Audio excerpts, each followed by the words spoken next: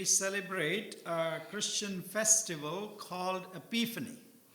और आज के दिन हम मनाते हैं इस त्योहार को, एक मसीही त्योहार जिसको बोलते हैं एपिफनी।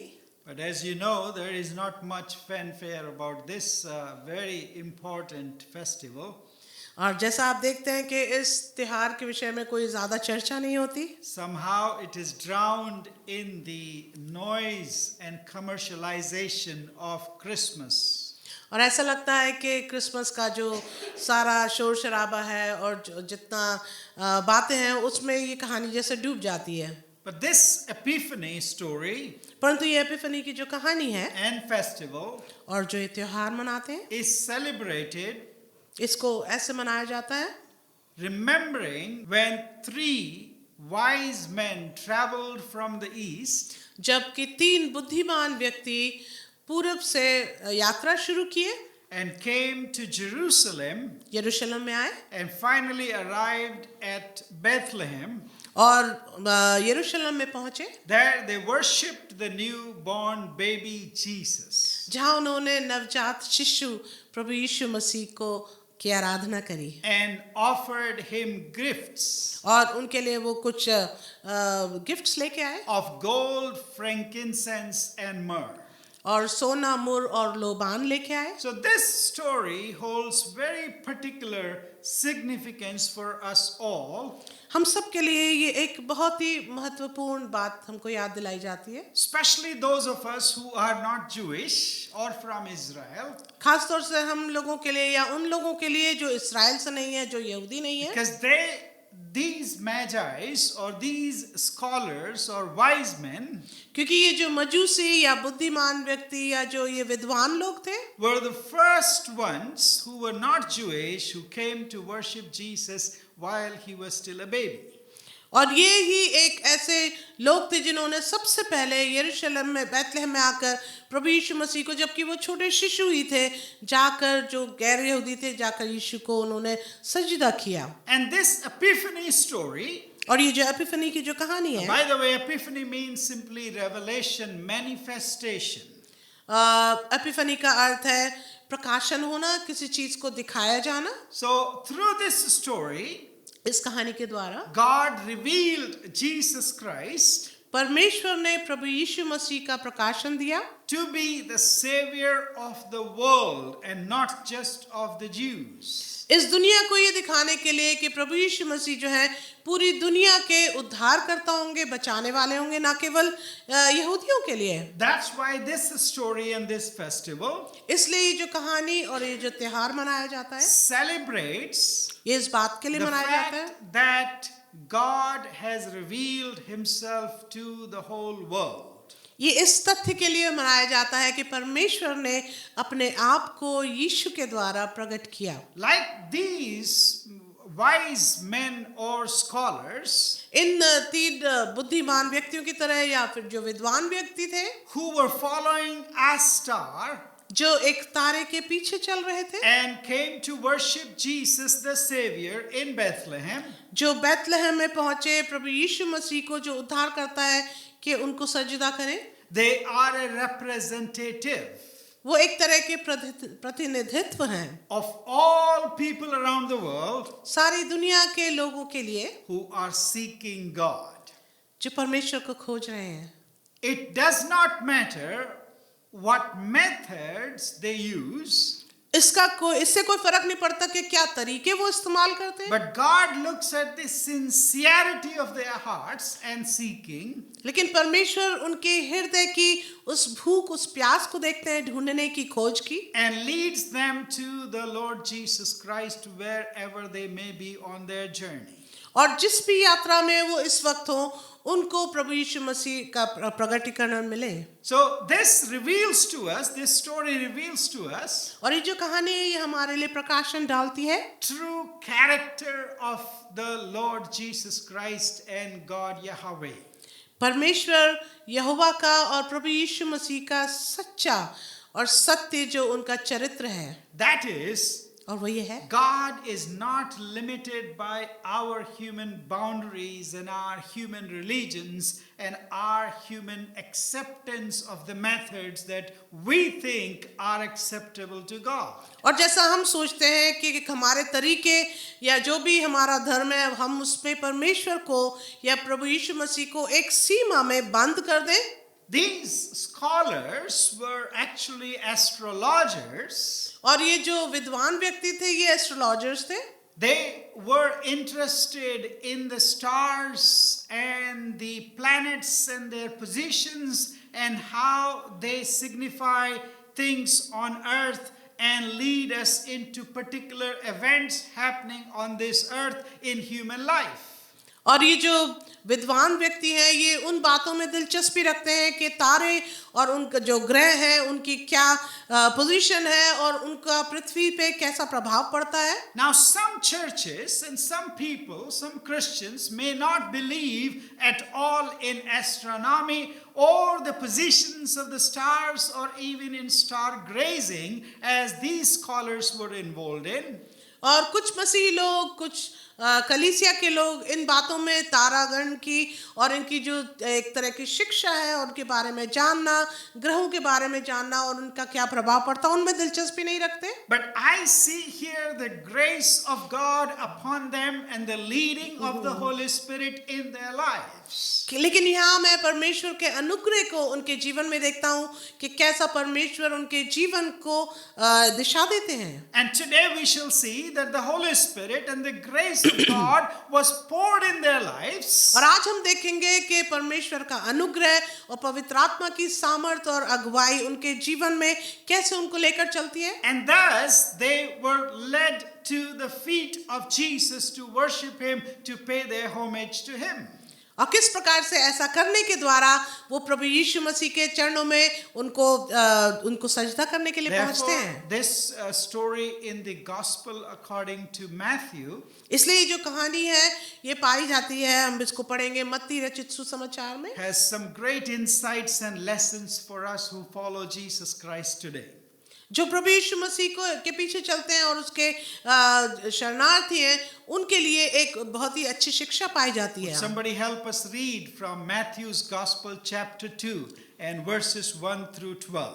कोई मेहरबानी से मदद करेगा पढ़ने के लिए मत्ती रचित सुसमाचार 2 अध्याय उसकी 1 से 12 आयत तक। Anybody? Thank you. May the Lord add his blessings to the reading and hearing of his powerful word. परमेश्वर के वचन के पढ़े और सुने जाने पे आशीष मिले। Now there are lots of traditions about these mysterious men. और ये जो एक तरह के रहस्यमय जो ये व्यक्ति हैं इनके बारे में कुछ चर्चाएं हैं। Lots of theology has been built, lots of legends and traditions have been built around it. और इसके चारों तरफ, इन व्यक्तियों के चारों तरफ कुछ ऐसी बातें बन गई हैं। For example, some people believe that they were kings. उदाहरण के लिए कुछ लोग सोचते हैं कि ये राजा थे, Although the scripture does not tell us that they were kings of any kingdom. और जबकि पवित्र शास्त्र में ऐसा कुछ नहीं बताता है कि वो राज्य थे, क्योंकि वहाँ उनका कोई राज्य नहीं था। But they were magi, the word that is used as magi परंतु इनके लिए जो नाम इस्तेमाल किया गया कि ये मजूसी थे, comes from the word magic. और ये शब्द जो है जादू से निकलता है। But they were actually scholars, educated men who studied sciences of the planetary positions and astrology. ये विद्वान थे जो तारों के विषय में शिक्षा लेते थे, And they knew the positions and the moving of the stars like the palm of their hand. और बहुत ही आसान तरीके से वो तारों की जो भी पोजीशन होती थी कि वो कहाँ पर है उसको बड़े अच्छे तरह से जानते थे। But it is because of verse 11 क्योंकि पर ये 11 आयत के मुताबिक that many traditions have been built around them which may not be true. कुछ ऐसे ट्रेडिशंस बन गए हैं जो वास्तव में सत्य नहीं है। For example, verse 11 says, on entering the house, they saw the child with Mary, his mother, and they knelt down and paid him homage. Then, opening their treasure chest, they offered him gifts of gold, frankincense, and myrrh.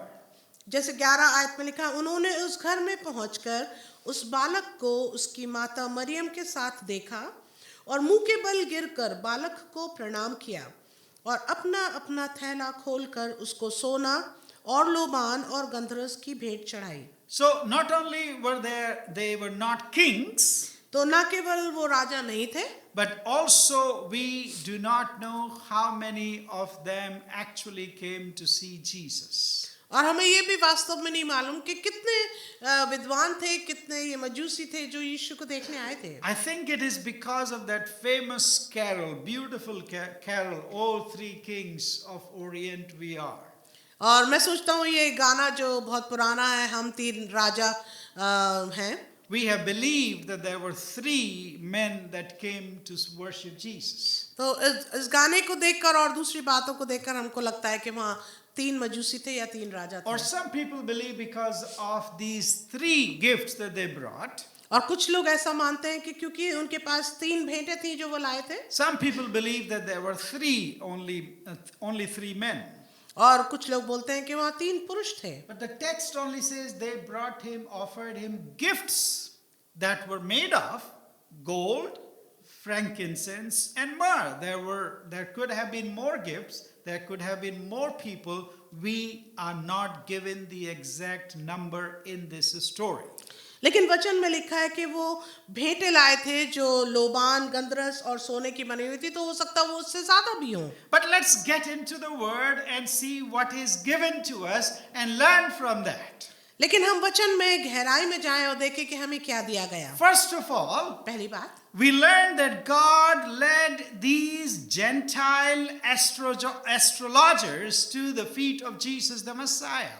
हम पहली बात ये सीखते हैं कि परमेश्वर अन्य जाति लोगों को जो एस्ट्रोलॉजर्स थे उनको प्रभु यीशु मसीह के कदमों में जो मसीहा है उसके पास लाए। According to verse 1 and 2 of chapter 2 of Matthew, मत्ती 2 के पहले और दूसरी आयत में this says, now after Jesus was born in Bethlehem of Judea in the days of Herod the king, behold, wise men or magi or scholars from the east.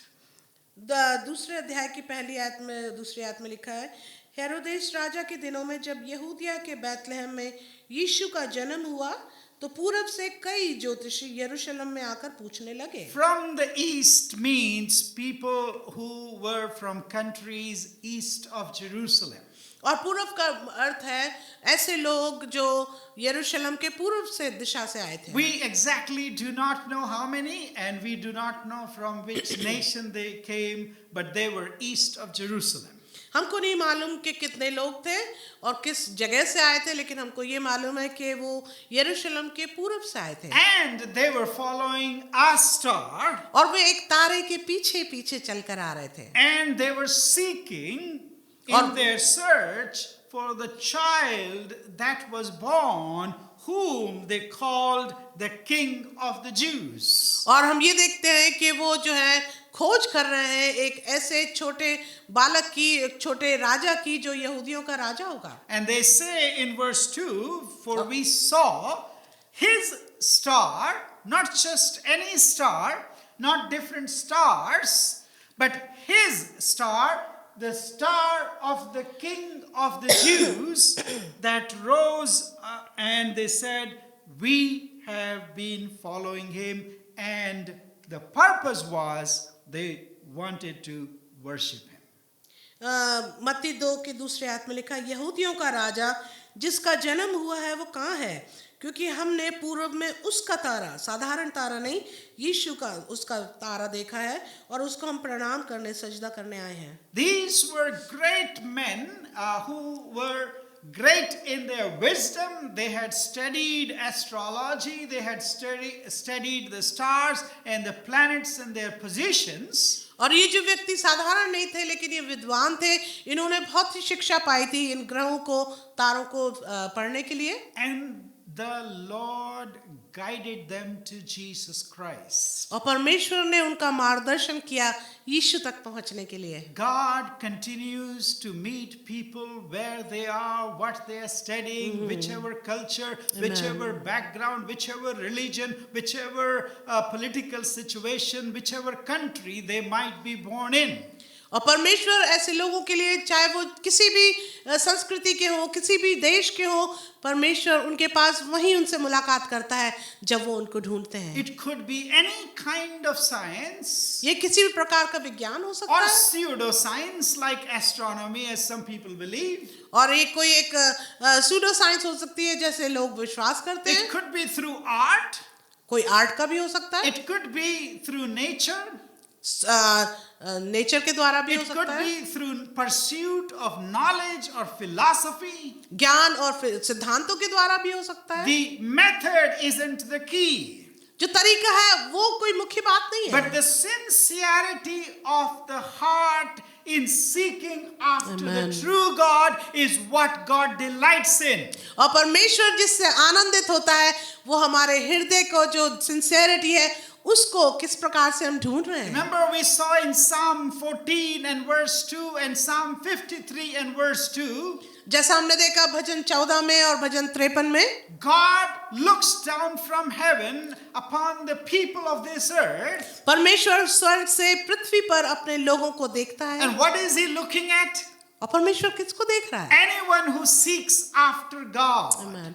हर एक ऐसा जन जो परमेश्वर को खोज रहा है, ऐसे लोगों को देखकर परमेश्वर प्रफुल्लित होते हैं। When his own people in Bethlehem or in Jerusalem were not excited by the birth of the Messiah, जबकि बैतलहम में जो लोग वहां रहते थे, जबकि उनके बीच में कोई एक्साइटमेंट नहीं था यीशु के और मसीहा के जन्म के दौरान, God looked down in Persia or in the eastern countries, wherever they may be, तो परमेश्वर ने दूसरे लोगों को जो पूर्व में थे उनके ऊपर अपनी निगाह बढ़ाई and God began to reveal to them और परमेश्वर उनको प्रकट करने लगे in their own sciences, in their own pursuit of knowledge, उनके ही ज्ञान में और उनके ही विज्ञान के द्वारा, in their own arts and in their own understanding of the stars, astrology. और जो भी उनकी समझ थी कला के विषय में और तारागण की शिक्षा के विषय में। And I think he plugged in one particular star into a high voltage.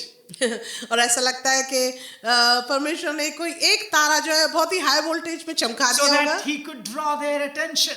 ताकि वो उनके ध्यान को अपनी ओर आकर्षित करें And they could notice that star. और वो उस पर ध्यान कर सकते थे उस And तारे I पर। believe it was moving. और मैं विश्वास करता हूँ कि वो चल रहा होगा। And I believe this was not a phenomenon that started with the birth of Jesus Christ. और मैं सोचता हूँ कि ये ऐसा कार्य नहीं था जो यीशु के जन्म के दौरान के द्वारा ही शुरू हुआ हो, But maybe several months before or even a year before, God was leading them and working in the lives of these scholars. हो सकता कई महीनों पहले से, कुछ समय पहले से परमेश्वर इन विद्वानों के हृदय में पहले से ही कार्य कर रहा था। Because Joseph and Mary and Jesus were still in Bethlehem, क्योंकि मरियम, यूसुफ और यीशु अभी भी बैतलहम में थे and it took several months or maybe a year for these scholars to ride on their camels and arrive in Jerusalem and later on in Bethlehem.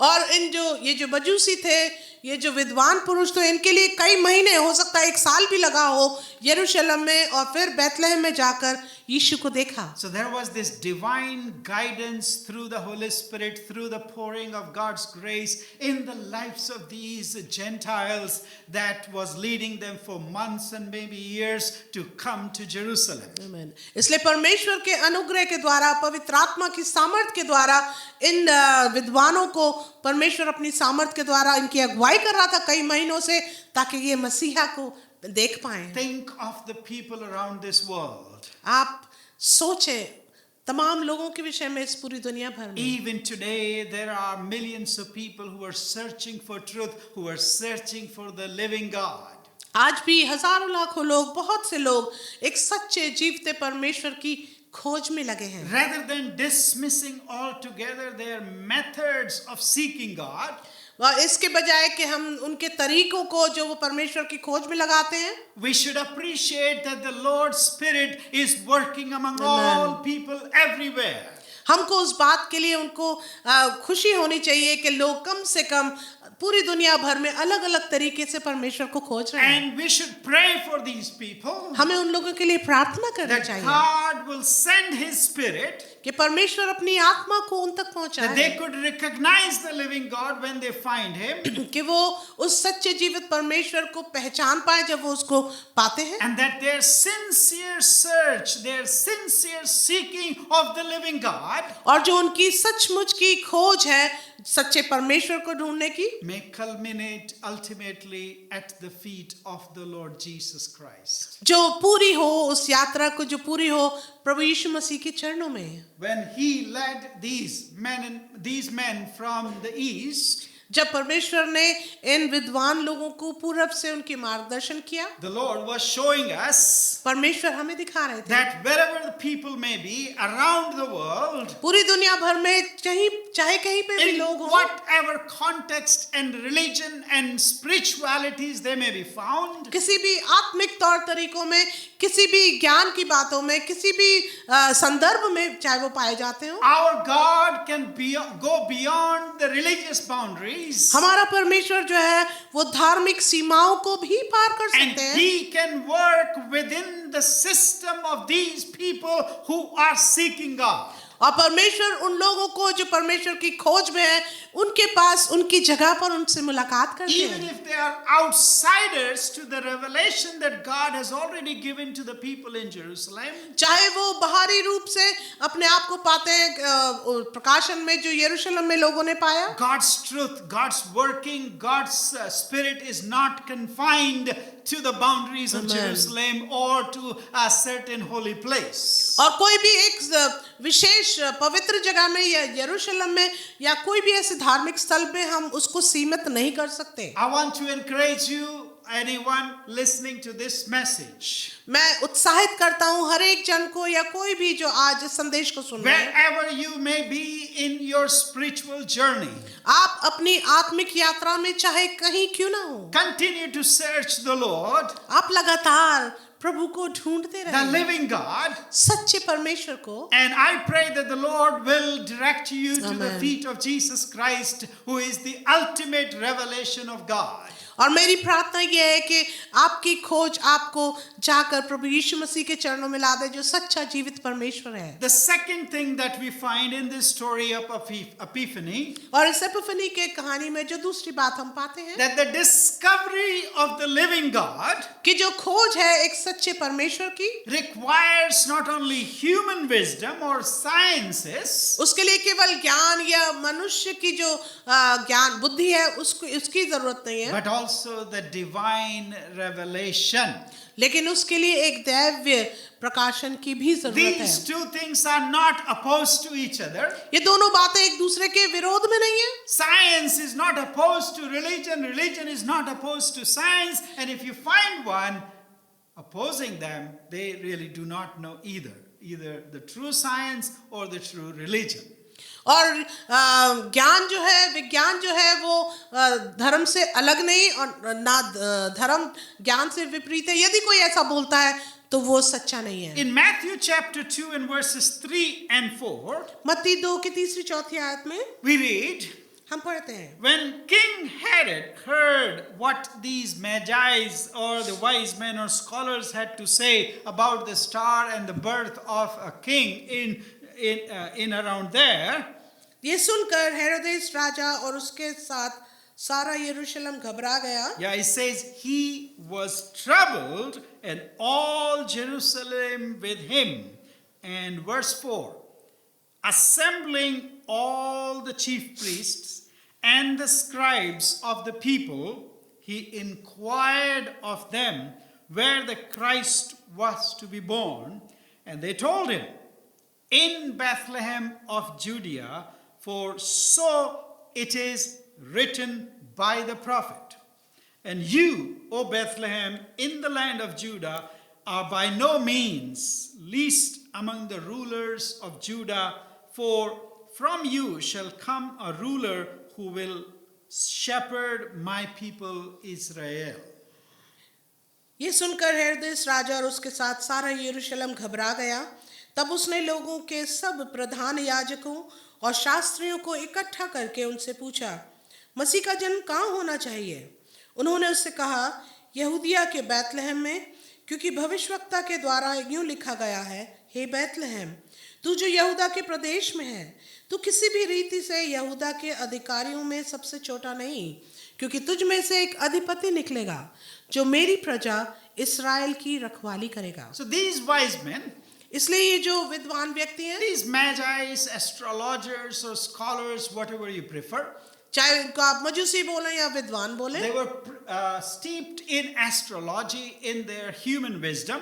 अपनी मनुष्य की जो ज्ञान होता, बुद्धि होती है, उसमें वो एस्ट्रोलॉजी में जैसे डूबे हुए थे In their sciences, और अपने विज्ञान में God accepted that. परमेश्वर ने उसको ग्रहण किया God led them with their science और परमेश्वर ने उनकी अगुवाई करी उनके विज्ञान के साथ साथ and brings them to Jerusalem. और उनको यरूशलेम में लाए। There they were presented the divine revelation from the Word of God.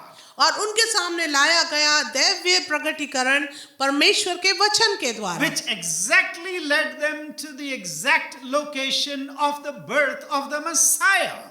जो कि विशेष जगह पर, विशेष स्थान पर, जहां पर प्रभु यीशु मसीह जो मसीहा है उसका जन्म हुआ था। So when they combined their astrology, इसलिए जब उन्होंने जोड़ लिया अपनी एस्ट्रोलॉजी को, their knowledge, their experience, their stargazing, और अपनी बुद्धि को, अपने ज्ञान को, अपनी समझ को, and the Word of God, और उसमें परमेश्वर का वचन, and believed the prophecies that were given thousands of years ago, और उन्होंने उस भविष्यवाणी पर विश्वास किया जो हजारों साल पहले दी गई थी, they accepted it.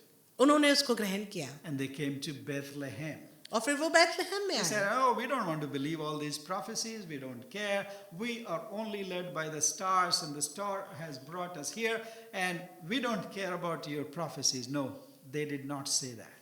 उन्होंने किसी प्रकार से इसका विरोध नहीं किया कि हम इन भविष्यवाणी पर विश्वास नहीं करते, ऐसा नहीं है। So what does it teach us, my dear friends, today? इसलिए मेरे मित्रों, आज हमें ये क्या सिखाता है? That God honors the intellectual pursuit of human beings. जो मनुष्य का जो एक समझ है और जो ज्ञान है उसको परमेश्वर आदर करते हैं। God respects and honors if people sincerely, intellectually, or through the scientific knowledge are searching for God. और यदि अपने ज्ञान के द्वारा, विज्ञान को लेते हुए भी यदि वो परमेश्वर की सच्ची खोज में है, But then he also calls us लेकिन फिर वो हमें ये भी बुलाते हैं to engage with faith कि विश्वास में उसके साथ बढ़े, in the revealed word of God, जो परमेश्वर का वचन है जिसमें हमें प्रकाशन मिला the है, scriptures, पवित्र शास्त्र, the teachings of the church and the apostles and the prophets. और जो जिसमें भविष्यवक्ता के बारे में हमको बताया गया है। And this combined knowledge और जब ये ज्ञान मिला दिया जाता must है, lead us to the acceptance of God's Son Jesus Christ to be the true Messiah, Amen. to the Lord Jesus Christ. जब इन दोनों बातों को, विज्ञान की बातों को और परमेश्वर के सामर्थी वचन को जब जोड़ दिया जाता है, तो इसके द्वारा हमें परमेश्वर के पास उसको ग्रहण करने के लिए हमें तैयार कर दिया जाता है। This alone may not be enough. और ये अकेला काम काफी नहीं है। This human wisdom alone and sciences alone may not lead us to the true living God. केवल ज्ञान, विज्ञान और मनुष्य की जो सोचने का तरीका है वो हमें परमेश्वर के पास नहीं ले जा Although सकता। God does not despise them, जबकि परमेश्वर उसको अलग नहीं ठहराता। church may despise them. कलीसिया, चर्च शायद उसको ठीक ना And माने। if you have read your history of Europe, और यदि आपने इतिहास पढ़ा होगा यूरोप का, the church burned at stake some of the scientists who said this earth is not flat, and rather it is circling around the world, and it is round. And there were many scientific discoveries that the church despised and killed such scientists. God does not, on the other hand, engage in such behavior. Europe में कई वैज्ञानिकों को church के लोगों ने ban कर दिया, उनको हटा दिया, साइंटिस्ट को भी मार दिया, लेकिन परमेश्वर इन सब बातों के लिए विज्ञान को अलग नहीं करते। But he also requires that his word be honored, accepted, and believed in. लेकिन परमेश्वर ये भी चाहता है कि उसका जो वचन है, पवित्र वचन है, उसका आदर किया जाए, उसको ग्रहण किया The जाए। third thing that we see in this story of Epiphany, तीसरी बात जो हम इस एपिफनी के कहानी में देखते हैं, the complete response of the Magi इसमें एक पूरा संपूर्ण जो एक प्रत्युत्तर है मजूसियों का, resulted in them coming to worship Jesus and bringing their valuable gifts of gold, frankincense, and myrrh at the feet of Jesus. और ऐसा करने के द्वारा उन्होंने अपना प्रत्युत्तर दिया, प्रभु यीशु मसीह के चरणों में लाकर अपने बहुमूल्य इनामों को प्रभु यीशु मसीह के चरणों में लाकर दे दिया। Because it says further in this chapter 2, क्योंकि आगे मत्ती के दूसरे अध्याय में ये लिखा verse है, 9 actually, not 3 and 4, verse 9 says, उसकी 9वीं आयत में ये लिखा है, after listening to the king, वे राजा की बात सुनकर they went on their way, and behold, the star that they had seen when it rose went before them until it came to rest over the place where the child was. 9वीं आयत में लिखा है, वे राजा की बात सुनकर चले गए और जो तारा उन्होंने पूरब में देखा था वो उनके आगे आगे चला और जहां बालक था उस जगह के ऊपर पहुंचकर ठहर गया। When they saw the star, जब उन्होंने उस तारे को देखा, they rejoiced exceedingly with great joy. वे अति आनंदित हुए। That joy that you never saw in Jerusalem or Bethlehem until this day, when the Magi from the east came and greatly rejoiced in the birth of Jesus Christ. ऐसा प्रफुल्लता का माहौल, ऐसी खुशी का माहौल यरूशलेम में कभी नहीं देखा किसी ने, जब तक ये मजूसी प्रभु यीशु मसीह को ना देख पाए। And verse 11 says, 11 आयत में लिखा है, going into the house, उन्होंने उस घर में पहुंचकर they saw the child with Mary his mother, and they fell down and worshipped him. Then opening their treasures, they offered him gifts, gold and frankincense and myrrh. उन्होंने उस घर में पहुंचकर उस बालक को उसकी माता मरियम के साथ देखा और मुंह के बल गिरकर बालक को प्रणाम किया और अपना अपना थैला खोलकर उसको सोना और लोबान और गंधरस की भेंट चढ़ाई। True wisdom, सच्चे ज्ञान, true revelation of God, सच्चा प्रगटीकरण परमेश्वर के द्वारा, true science, सच्चा विज्ञान, true stargazing, or whatever pursuit you may be engaged in, और सच्ची तारा और ग्रहों की शिक्षा पाना, जिस भी बात में आप लगे हों, leads to the worship of the living God. उसके द्वारा परमेश्वर के पास अगुवाई होती है कि उस पर विश्वास किया जाए। Upon finding Jesus, यीशु को ढूंढने के बाद they responded with worship and valuable gifts at his feet. उन्होंने जो उत्तर दिया वो है अपना आराधना और अपनी जो भेंट है वो लेकर आए थे उसको चढ़ाया। So, our seeking and discovery इसलिए जो हमारा ढूंढना और खोजना leads to reverence and worship and our serving him with our sacrificial gifts. खोजना और पाना हमारी अगुवाई करता है कि हम अपना जो सैक्रिफिशियल जो हमारी भेंटें हैं हम उसको प्रभु यीशु मसीह के चरणों में चढ़ा If सकते you हैं। call yourself a Christian, a follower of Jesus Christ, यदि आप अपने आप को मसीह कहलाते हैं या यीशु के शिष्य चेले कहलाते हैं and you do not take advantage of every opportunity to worship him, to revere him, and to bring our gifts and talents and our sacrifices at his feet, और यदि आप ऐसे सुंदर अवसर को यूं ही गवा देते हैं और परमेश्वर के देकर अपना आदर, अपना सम्मान और अपनी भेंटों को उसके चरणों में नहीं लाते हैं, खो देते हैं। if you call yourself a Christian, a follower of Jesus Christ, और यदि आप यीशु के चेले अपने आप को कहते हैं, मसीह कहते हैं, and if you think you have seen the church only decorated with poinsettias or Easter lilies, और यदि आप सोचते हैं कि आपने कलीसिया चर्च को केवल सजे हुए देखा है पॉइंसेटिया के द्वारा या लिली के द्वारा, then my dear friends, you have not yet met the Messiah, and you have not really worshipped him, and you have not sacrificed anything to him. तो मेरे मित्रों, मैं आपको बताना चाहता हूं कि आपने सच्चे जीवित परमेश्वर मसीहा को नहीं पाया है और उसका आपने आराधना नहीं करी May है। this story found in Matthew chapter 2 speak to you and change your heart, and that you may also discover Jesus Christ as the living God and Messiah. काश ये मत्ती 2 में जो हमने आज कहानी के विषय में पढ़ा है, काश ये हमको हमारी अगुवाई करे कि हम सच्चे जीवित परमेश्वर को, प्रभु यीशु मसीह को जो मसीहा है, उसको पालें, ढूंढने Where के are द्वारा। you today in your spiritual journey? आज आप कहाँ हैं अपनी आत्मिक यात्रा में? Have you believed completely that you have found the Messiah? क्या आपने विश्वास किया है पूर्ण रूप से कि आपने मसीहा पा लिया? If yes, are you worshiping Him with your gifts and your talents and with your life?